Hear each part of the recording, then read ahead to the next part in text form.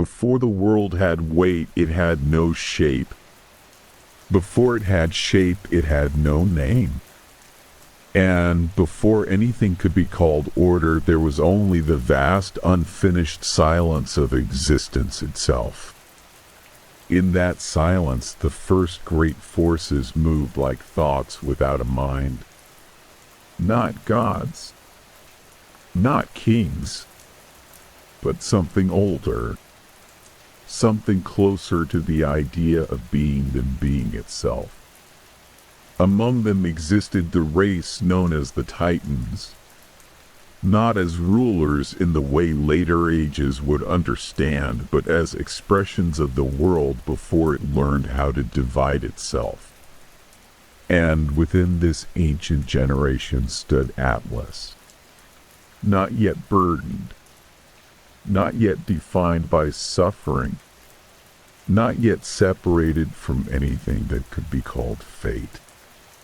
He was not known for endurance. Not yet. He was not known for punishment. Not yet. At this point in existence, nothing had been tested long enough to earn a meaning like that.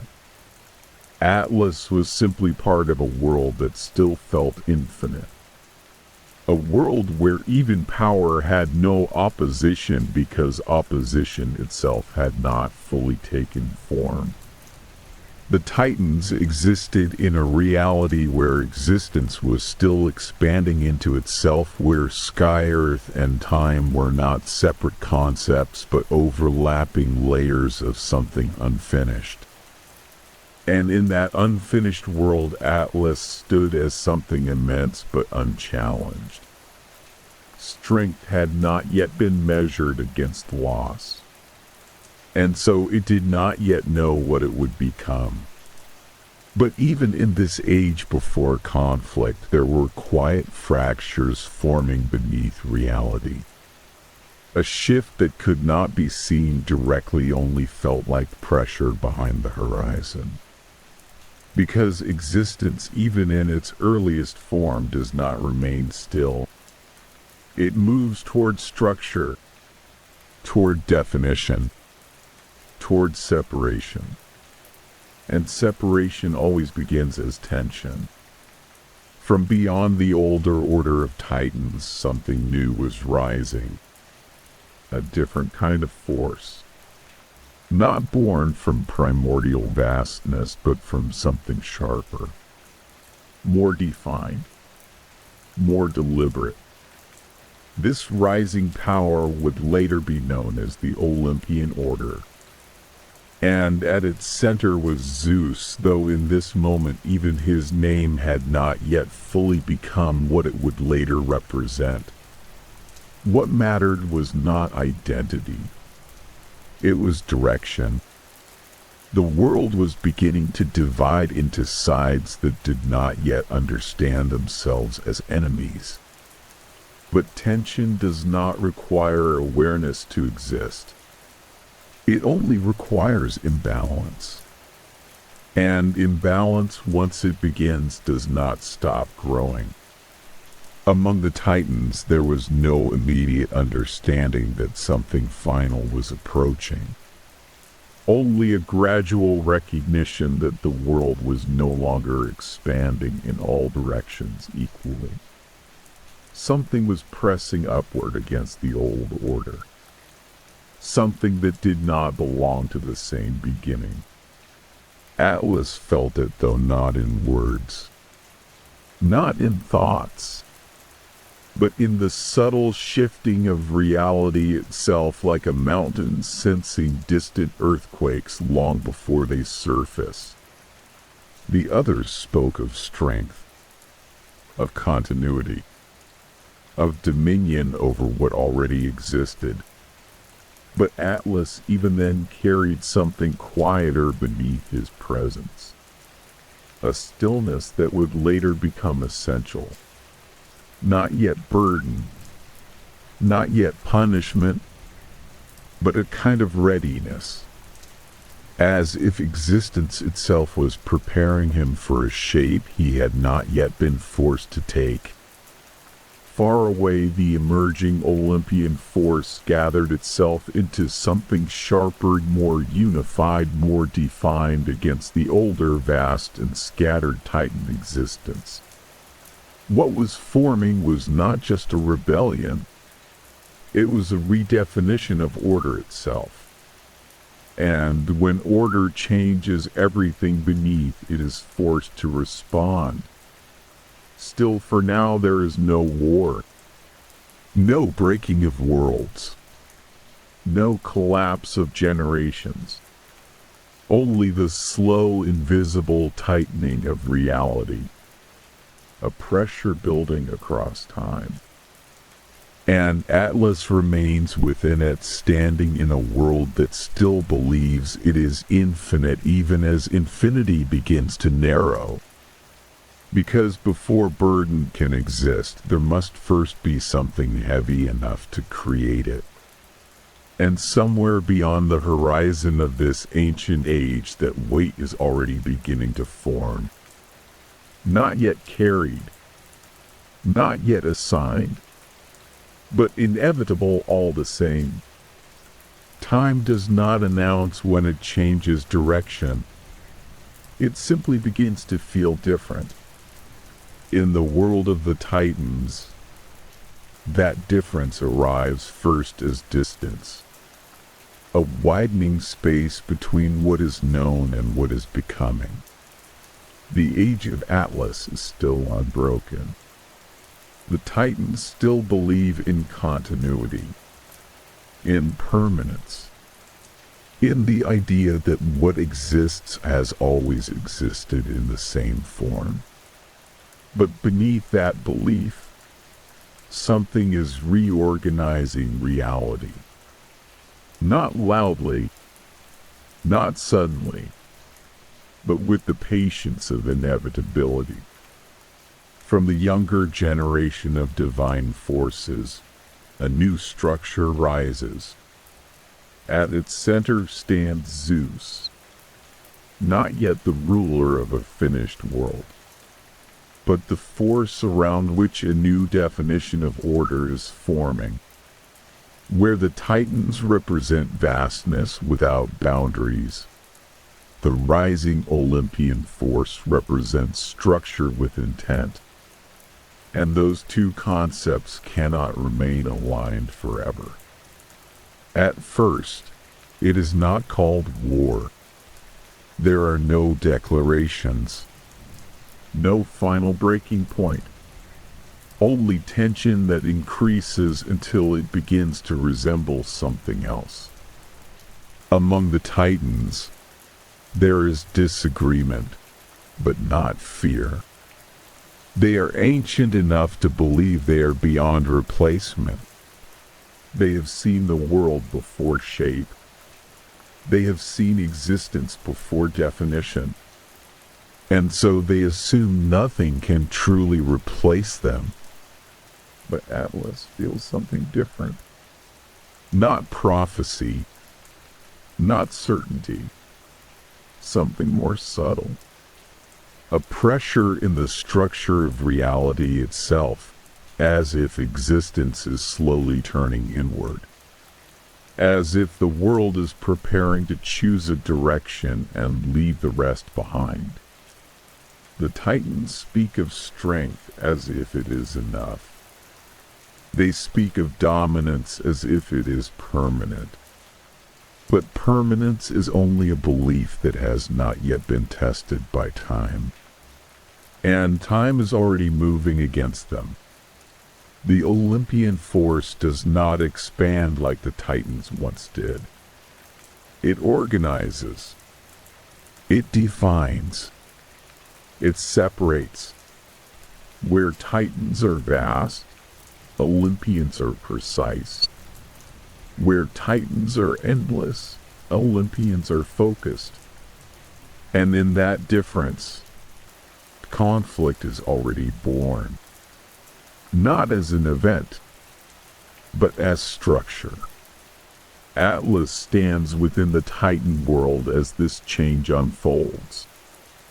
He is not the loudest among them, not the most reckless, not the most fearful. He is something steadier, a presence that does not resist change blindly, but also does not accept it easily. He watches the shifting balance of existence the way one watches a horizon that refuses to stay still. And slowly, something becomes clear. This is not a disagreement that will resolve itself.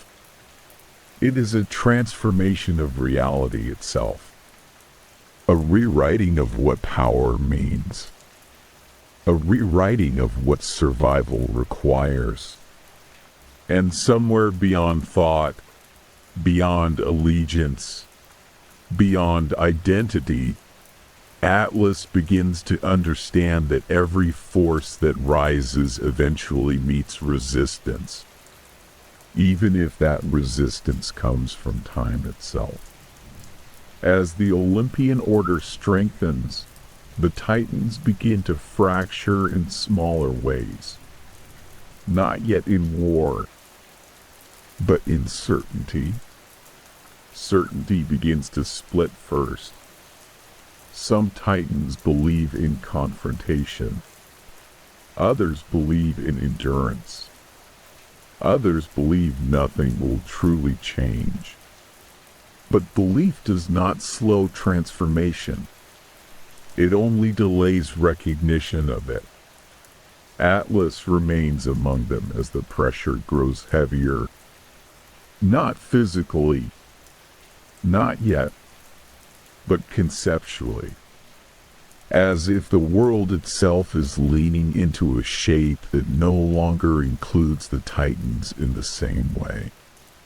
And still, there is no battle, only the gathering of inevitability, the quiet formation of opposing reality, the slow realization that existence has begun dividing itself into sides that will eventually have to meet.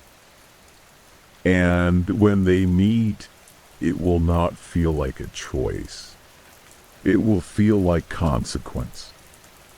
Far above all of it, unseen by most of the Titan world, the structure of Olympus continues to solidify, not as rebellion anymore, but as order preparing to replace order. And that is what changes everything. Because rebellion can be resisted, but replacement cannot. It only arrives. And in that arrival, something ancient begins to realize what it has always avoided acknowledging. That even Titans are not beyond time. And time is already moving, not toward peace, not toward compromise, but toward collision. And Atlas stands at the edge of that collision without yet having fallen into it. Still whole, still unbroken, still unaware of the exact form that history is preparing to give him, but no longer untouched by it. There are moments in history that do not feel like beginnings when they happen. They feel like the end of something that was already fading.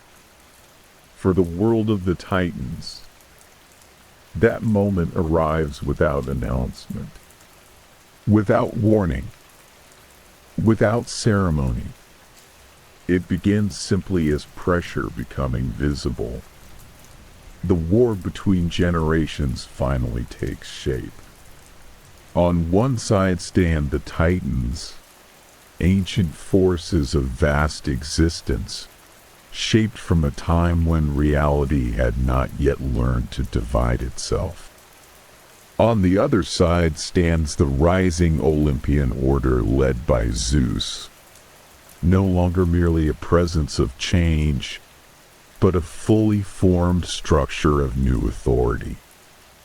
And between them, reality itself begins to fracture.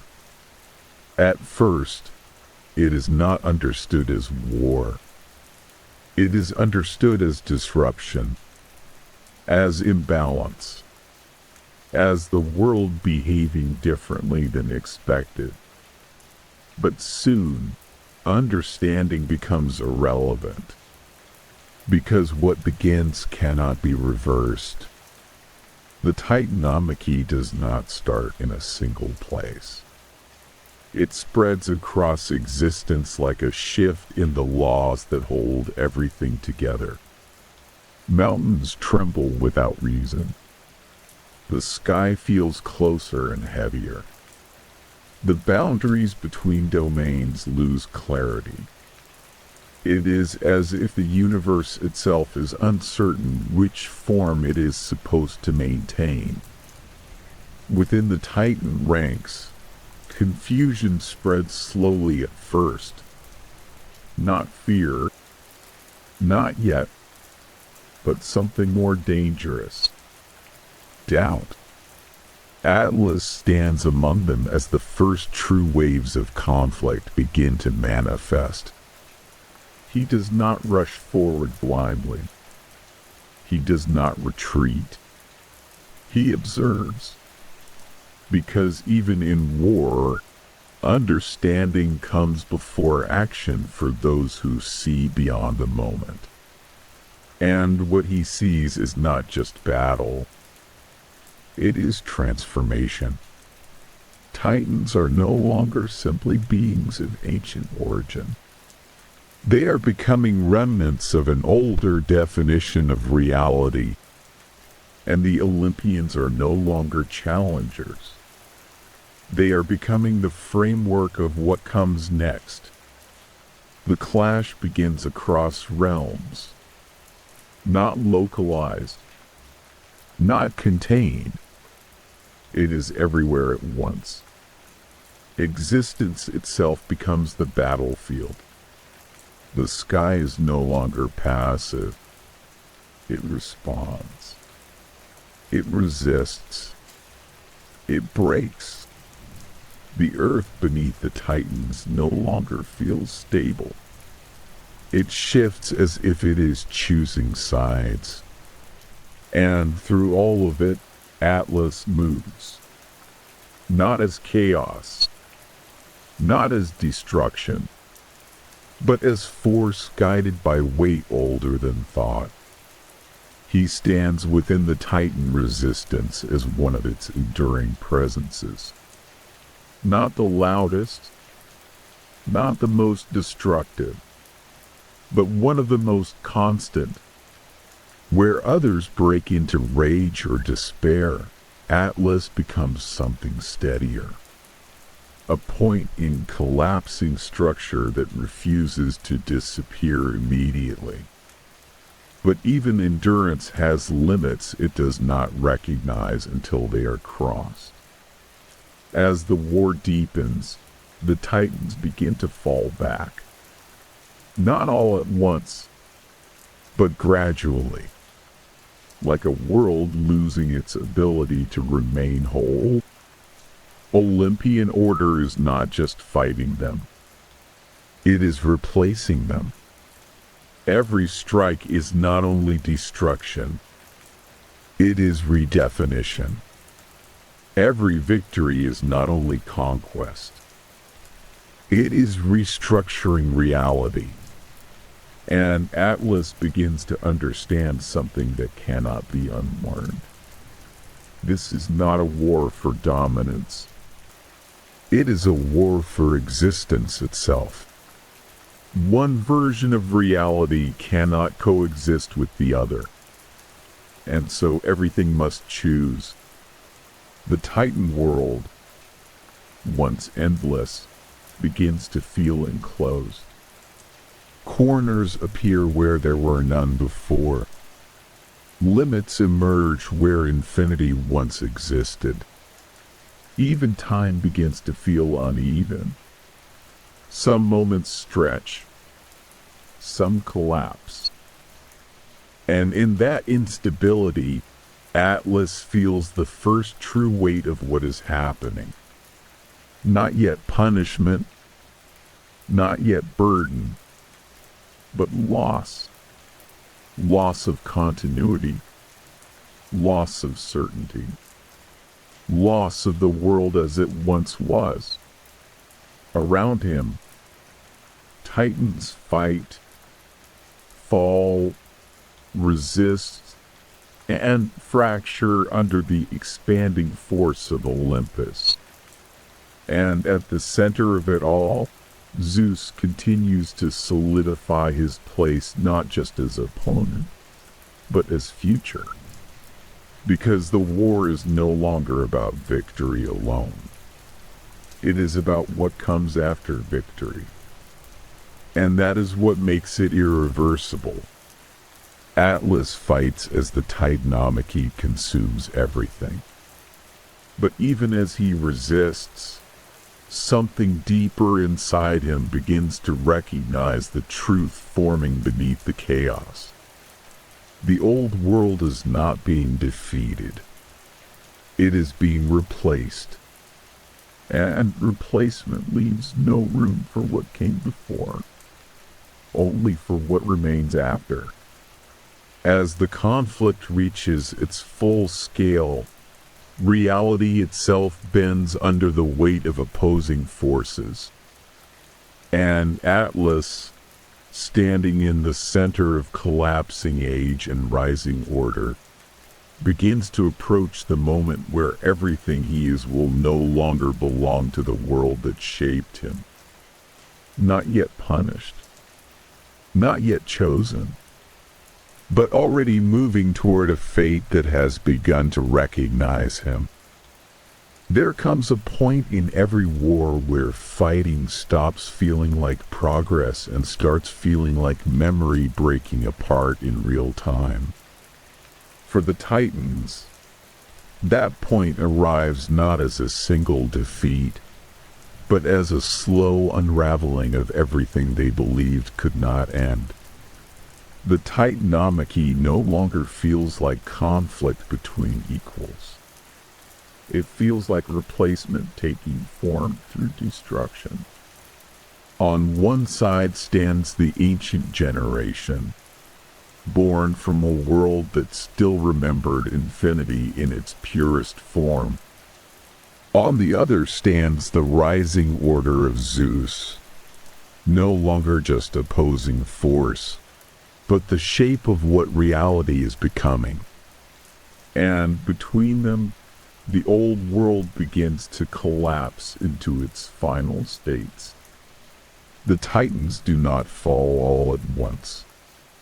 They fall in layers, in pieces, in moments where resistance arrives slightly too late to matter. What was once eternal begins to show limits. What was once unshakable begins to fracture, and Atlas stands within it, watching not just the defeat of warriors, but the dismantling of an entire definition of existence. Mountains that once symbolized permanence now feel temporary. Even the sky, once thought unchanging, feels unstable, as if reality itself has accepted a new ruler of structure. Atlas does not flee. He does not surrender. He remains within the collapsing Titan order as something that still holds shape even while everything around him loses it. But endurance does not prevent change. It only delays its recognition. One by one, the Titans are pushed back, not just through strength, but through inevitability. Because what is coming does not behave like a force that can be stopped. It behaves like conclusion. And conclusions do not negotiate. They arrive. The battlefield stretches across realms that no longer feel separate. Sky and earth lose their boundaries. Time loses its consistency. Even meaning begins to bend under the weight of transformation. Atlas fights in that space where old reality is dissolving. Not for glory, not for victory, but because collapse still allows motion, even when outcome is already decided. And slowly, the realization spreads among the remaining Titans. This is not a war that will end in coexistence. There will be no balance, no shared dominion, only replacement, only one structure of existence surviving what comes next. As the final resistance weakens, silence begins to seep into places where noise once ruled. Not peace. Silence born from exhaustion of possibility. The Titans, once vast beyond measure, begin to feel smaller not in form, but in relevance. And Atlas feels this shift more clearly than most, because some beings do not just witness the end of an age. They feel it reorganize inside them.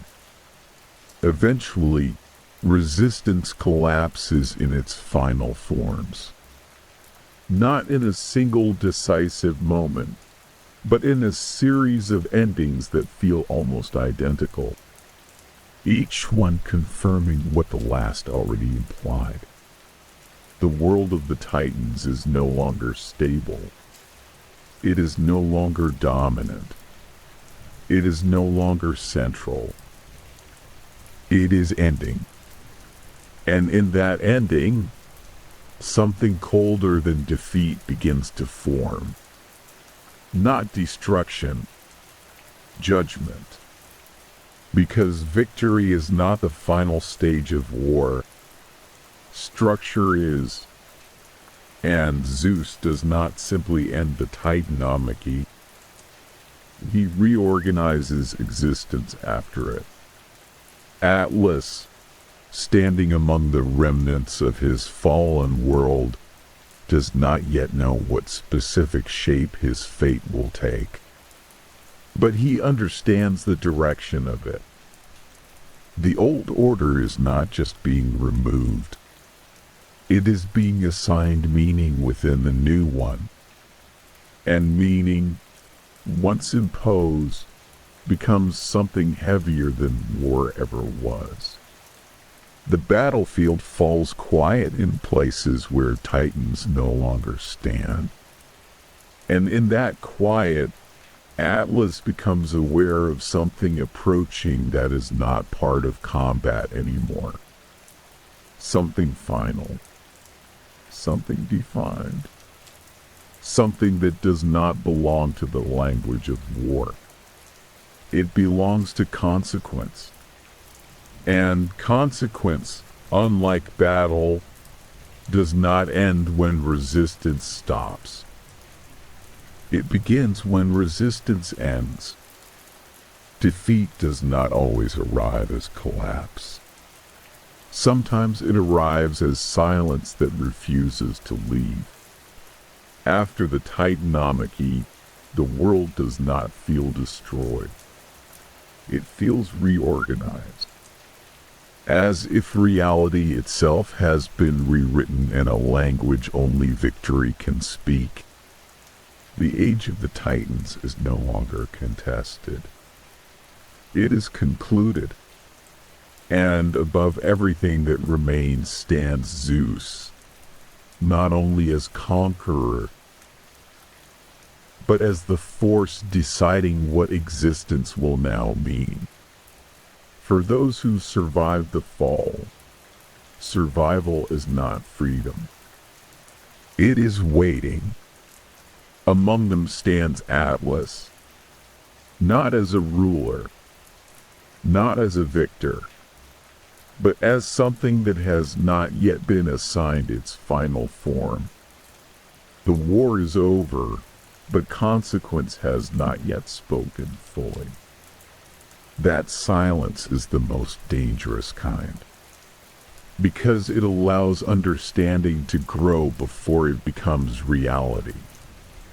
The remaining titans are gathered, not in celebration, not in resistance, but in the strange stillness that follows total transformation. They already know they are no longer the center of existence. They are what remains after the center has moved. And then judgment arrives. Not through battle, not through destruction, but through declaration. Atlas is singled out. Not because he was the greatest warrior, not because he was the most rebellious, but because he is enduring. Because endurance, in the eyes of New Order, becomes something that must be redefined. The punishment is not spoken as cruelty. It is spoken as structure, as necessity, as the way the world will now maintain balance. And in that moment, reality changes shape again. The sky, once distant and abstract, is no longer just above the world. It becomes something heavier, something defined, something that can be held. And it is placed upon him, not metaphorically, not symbolically in thought alone, but as the foundation of existence itself pressing into being. The heavens, the upper structure of reality, the weight of continuity itself. And Atlas feels it for the first time, not as pain in the way mortals would understand it, but as totality.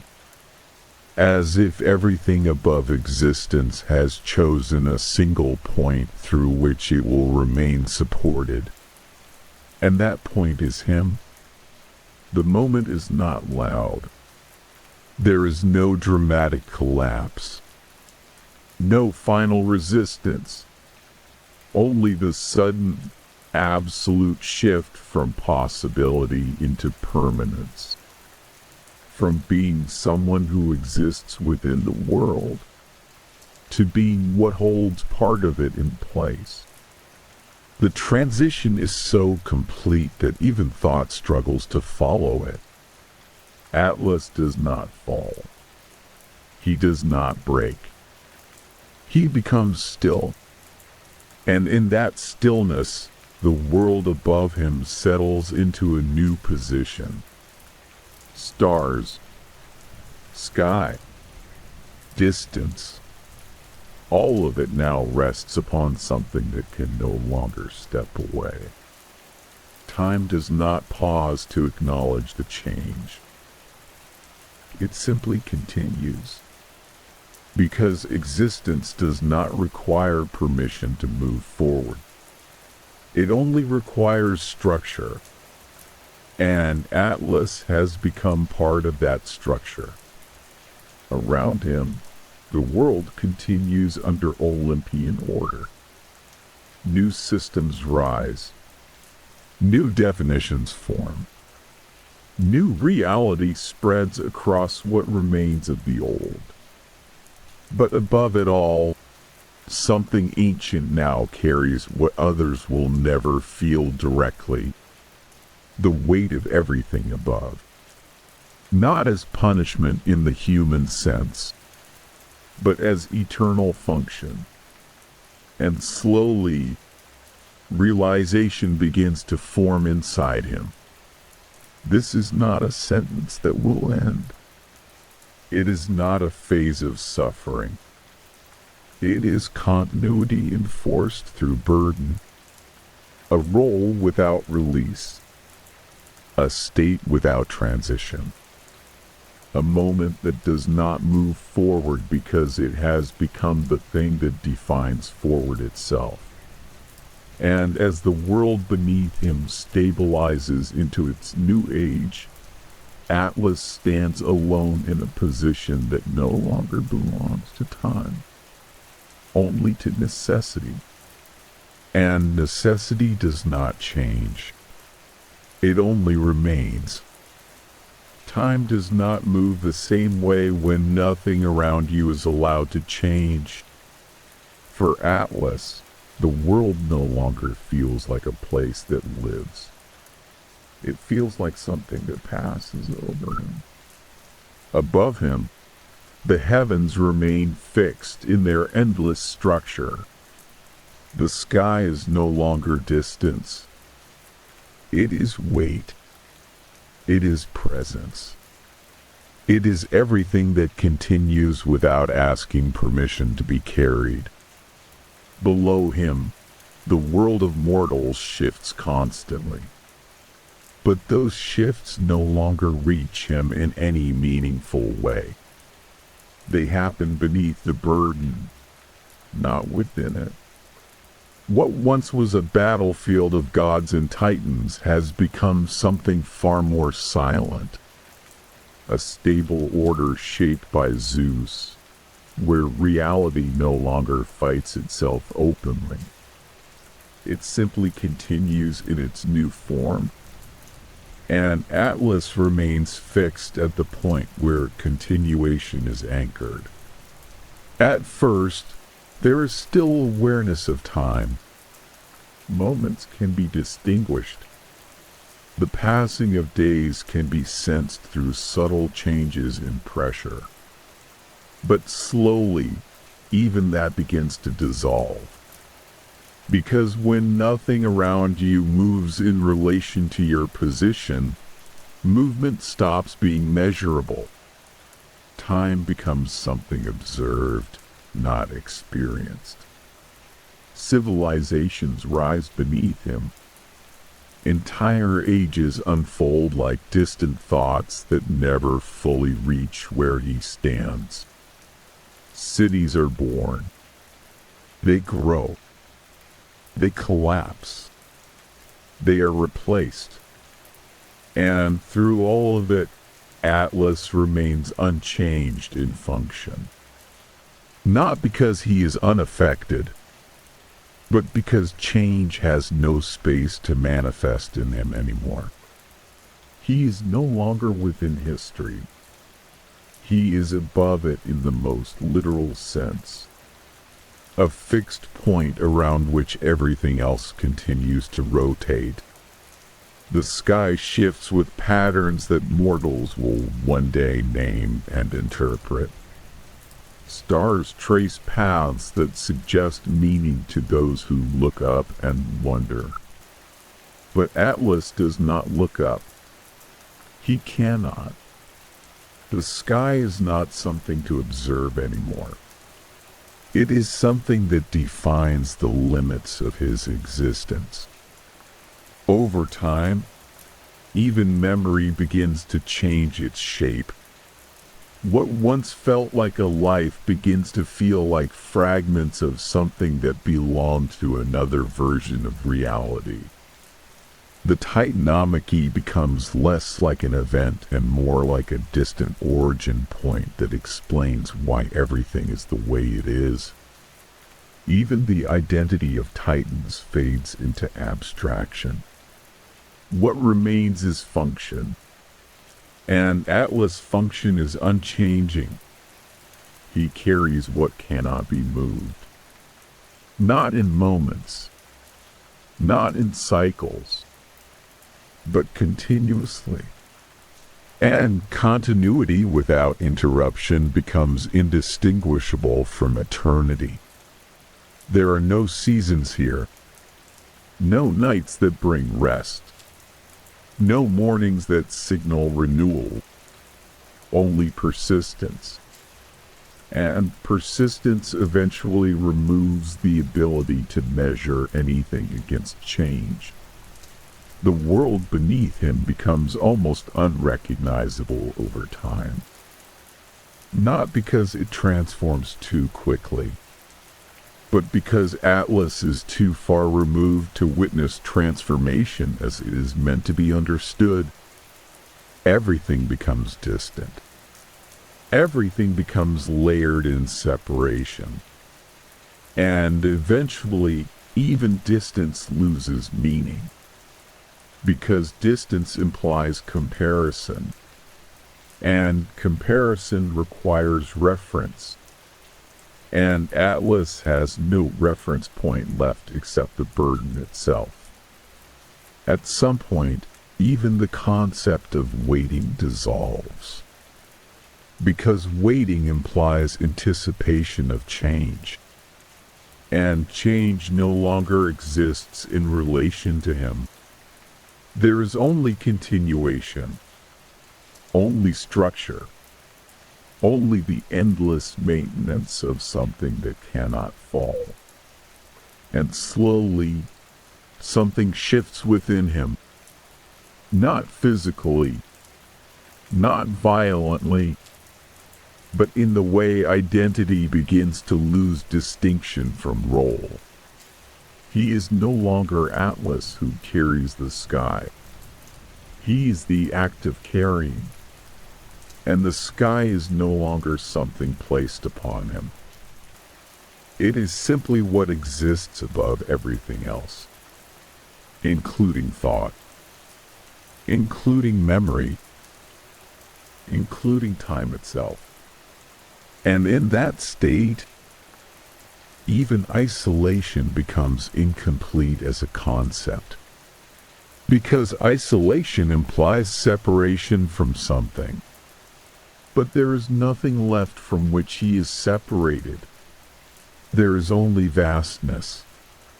And within that vastness, only one point remains fixed.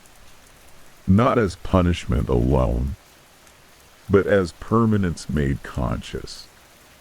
And the ages continue passing above him, without end, without witness, without change in the one place where change would mean everything.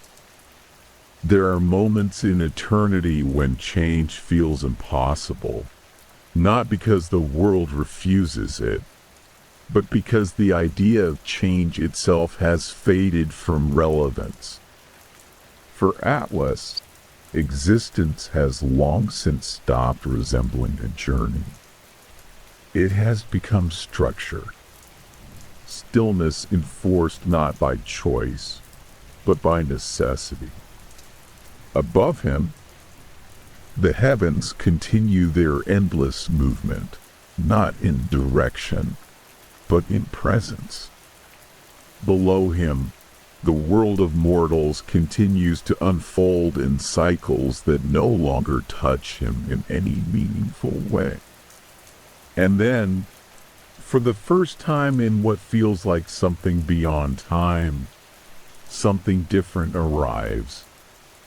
Not through the sky, not through the burden, but from within the world that still changes.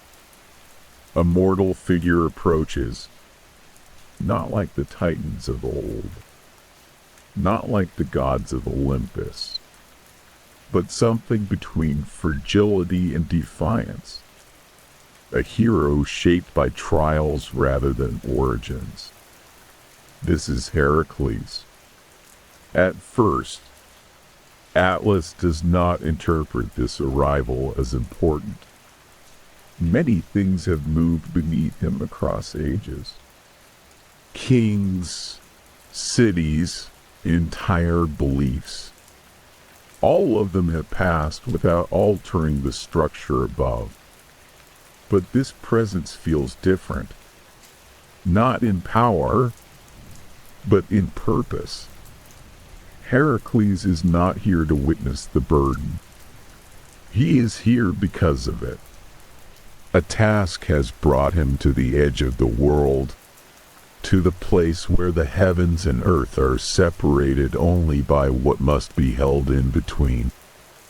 The golden apples of the Hesperides. A task that cannot be completed alone.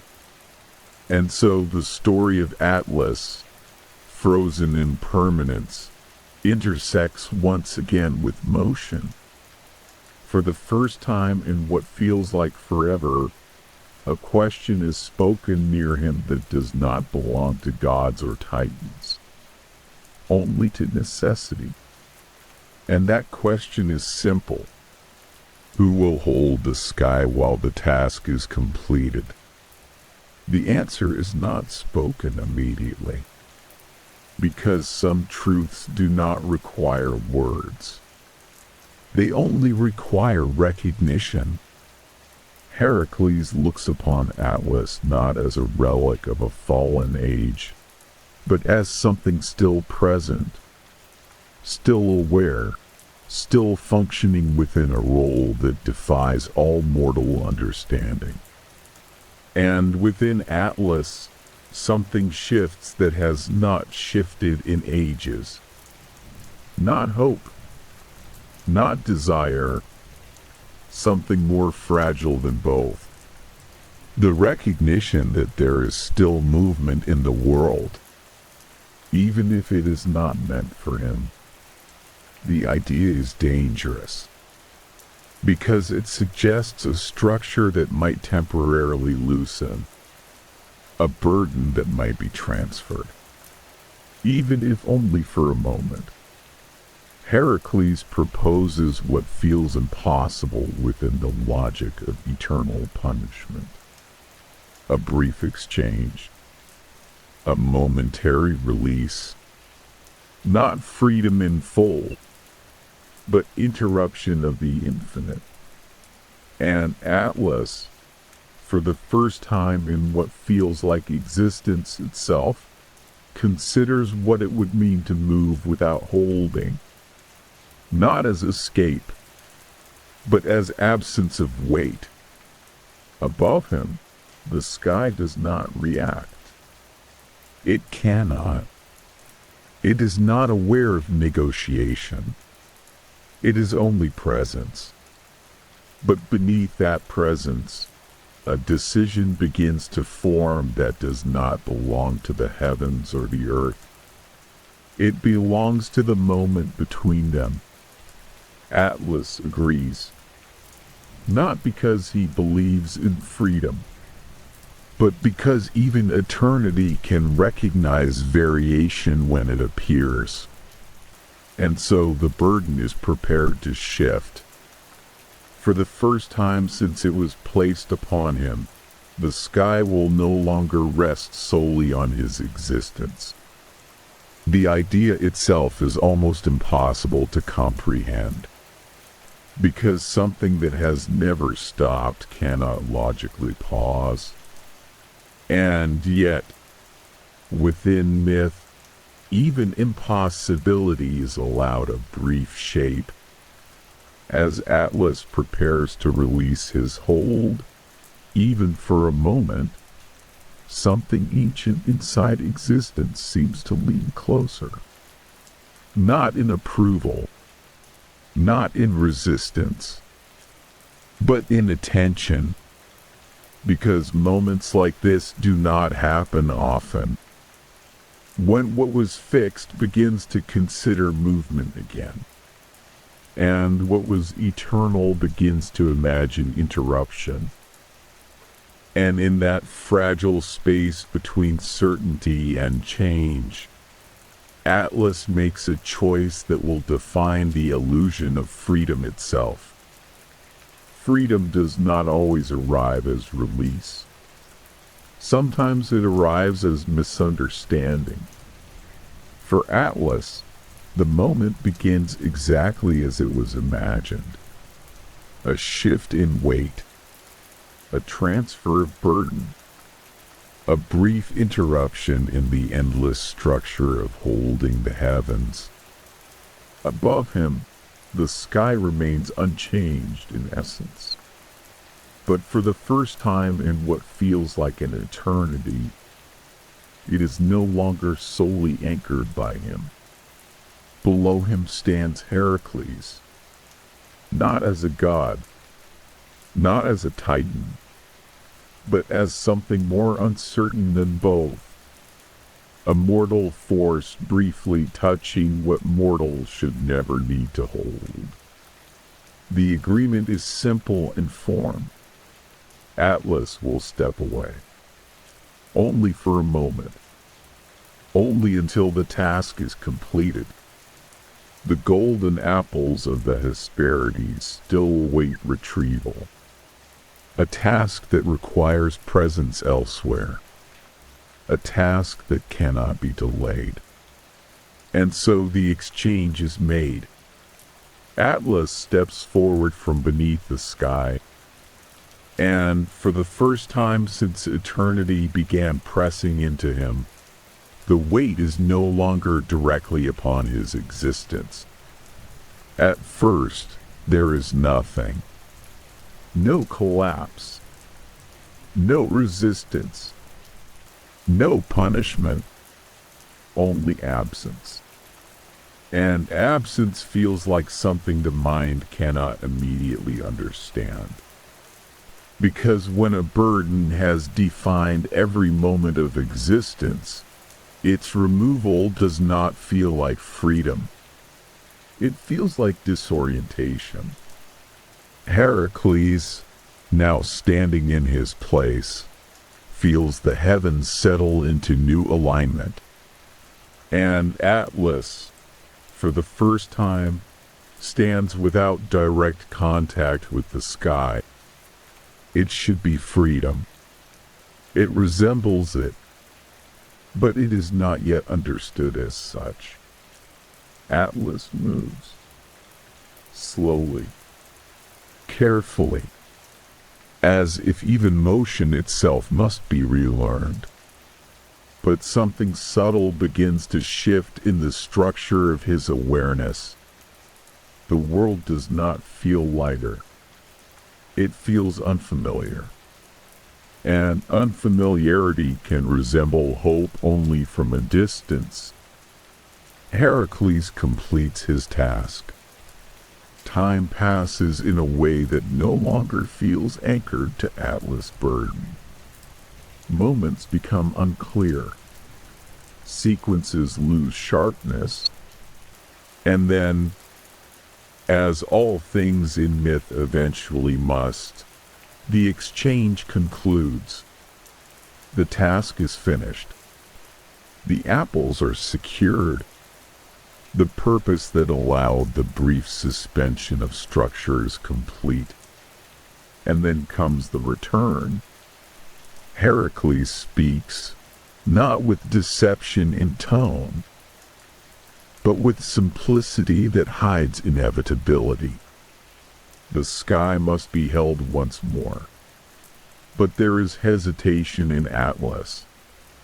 Not rebellion. Not defiance. Something quieter. Recognition. Because in the absence of weight, even briefly, something dangerous has formed. Memory of not caring. And memory is more disruptive than pain. Atlas looks upward, not as someone trapped beneath the sky, but as someone who has briefly existed outside of its immediate grip. And in that moment, the return of burden is no longer invisible. It is a choice that must be made again. Heracles does not force him. The agreement was never fully broken. It was simply structured around trust in continuation. And continuation is always the strongest force in myth. Atlas understands this. And still, he steps forward. Because even freedom, once experienced, cannot erase obligation. He resumes his position, and the sky settles once more into its eternal alignment above him. But something has changed. Not in the heavens, not in the world, but in him. The burden is the same. The weight is unchanged. The structure remains eternal. But the illusion of interruption has left a trace, a small fracture in the absolute continuity of eternity. And that fracture cannot be removed, because even eternal punishment cannot undo the memory of temporary release. Heracles departs. The world continues, and Atlas remains. But now, something exists within him that did not exist before. Not hope, not escape, but awareness that even the impossible can briefly shift, and in a reality built on permanence. That is the closest thing to instability that can exist. There are endings that do not arrive. They expand. They spread until they are no longer recognizable as conclusions, only as states of existence that never stop continuing. For Atlas, there is no final moment that separates life from fate anymore. There is only continuation. Above him, the heavens remain unchanged in their structure, the same infinite weight that has defined him since punishment first took form. Below him, the world of mortals continues to transform, but those transformations no longer intersect with his reality in any meaningful way. Even time, which once moved with direction, has long since lost its distinction. It no longer feels like something that passes. It feels like something that happens around him, as if existence itself has chosen to orbit his stillness. The memory of war, of Titanomachy, of the rise of Zeus, all of it has faded into a structure too large to be recalled as separate events. They are no longer history. They are context. And Atlas is no longer part of that history. He is what remained after it chose its form. There is no longer a sense of beginning when he looks back. Only layers of distance, stacked so high that even meaning becomes difficult to retrieve. What once was a titan has become something more absolute and more isolated than any title could contain. Not a ruler, not a prisoner, not even a survivor, but function. The sky above him is not experienced as weight anymore in the way it once was. It is existence itself maintaining balance through his presence, a structure that does not acknowledge suffering or relief, only necessity. And necessity does not evolve. It persists. Across immeasurable spans of time, civilizations continue to rise beneath him. They interpret the heavens he holds as mythology, as symbol, as story.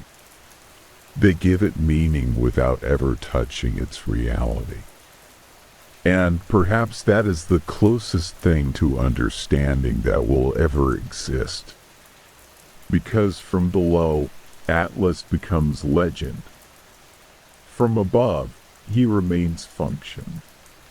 And from within, there is only continuity. The moment of exchange with Heracles feels less like memory now and more like a distortion in the otherwise seamless structure of eternity. A brief impossibility that once occurred and then was absorbed back into permanence. Even that memory no longer changes anything. It only confirms that change is possible without consequence for the structure itself. But for Atlas, consequence was never external. It was identity. And identity, once fused with burden, cannot separate without dissolving. Over time, even thought begins to lose contrast. There is no longer before and after. Only still. Still holding. Still existing. Still remaining in position while everything else moves through phases he no longer participates in. The idea of freedom becomes abstract, not because it is impossible, but because it is irrelevant to the structure he has become part of.